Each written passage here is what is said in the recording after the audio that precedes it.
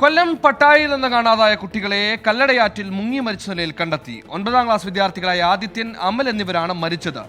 കുട്ടികൾക്കായി തെരച്ചിൽ തുടരുന്നതിനിടെ കല്ലടയാറ്റിൽ ആറാട്ടുപുഴ പാറക്കടവിന് സമീപത്ത് നിന്നാണ് മൃതദേഹം കണ്ടെത്തിയത്.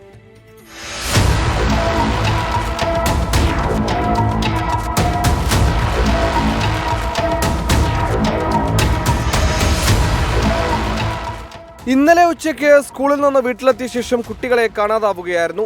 സമീപത്തെ ക്ഷേത്രത്തിൽ ഉത്സവത്തിന് പോയതാകാമെന്ന് ആദ്യം രക്ഷിതാക്കൾ കരുതി. രാത്രി വൈകിയും വീട്ടിലെത്താതിരുന്നതോടെ പത്തനാപുരം പോലീസിൽ പരാതി നൽകി. തുടർന്ന് രക്ഷിതാക്കളും നാട്ടുകാരും തെരച്ചിൽ നടത്തിയെങ്കിലും കണ്ടെത്താനായില്ല. ഇന്ന് രാവിലെ 7 മണിയോടെ കല്ലടയാറ്റിൽ ആറാട്ടുപുഴ പറക്കടവിൽ കുളിക്കാനെത്തിയവരാണ് മൃതദേഹങ്ങൾ കണ്ടത്. നമ്മൾ അറിയുന്നില്ലല്ലോ എങ്ങനെയാണെന്നുള്ള. ഇവർ പിള്ളേർ സെറ്റിലോട് രാവിലെ തൊട്ട് കളിച്ചുകൊണ്ട് നടക്കുമായിരുന്നല്ലോ, സ്കൂളിൽ പോകണ്ടായിരുന്നു. അങ്ങനെ ഇവർ വരിക്കലും മുക്കിലും കേന്ദ്രീകരിച്ചുണ്ടായിരുന്നു അറിഞ്ഞു. അപ്പോൾ അച്ഛനും അമ്മയും രണ്ടുപേരും 2 തൊഴിലുമായിട്ട് രണ്ട് ഭാഗത്തായിട്ട് പോയതെന്നാണ്. വേറെ അവിടെ വീട്ടിൽ വേറെ ആരും ഇല്ലായിരുന്നു. അമ്മൂമ്മത്തള്ള മാത്രമേ ഉള്ളൂ. അവർ ശ്രദ്ധിച്ചതുമില്ല, അവർക്കറിയത്തുമില്ല.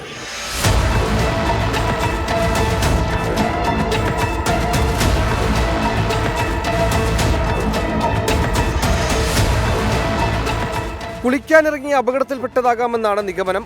വടക്കേക്കര ഏറത്ത് വടക്ക് സ്വദേശികളായ അനി, ശ്രീജ ദമ്പതികളുടെ മകനാണ് അമൽ. അദേശിന്റെയും സരിതയുടെയും മകനാണ് ആദിത്യൻ. കൊട്ടാരക്കര വേണ്ടാർ ശ്രീ വിദ്യാധിരാജ സ്കൂളിലെ 9ാം ക്ലാസ് വിദ്യാർത്ഥികളാണ് ഇരുവരും.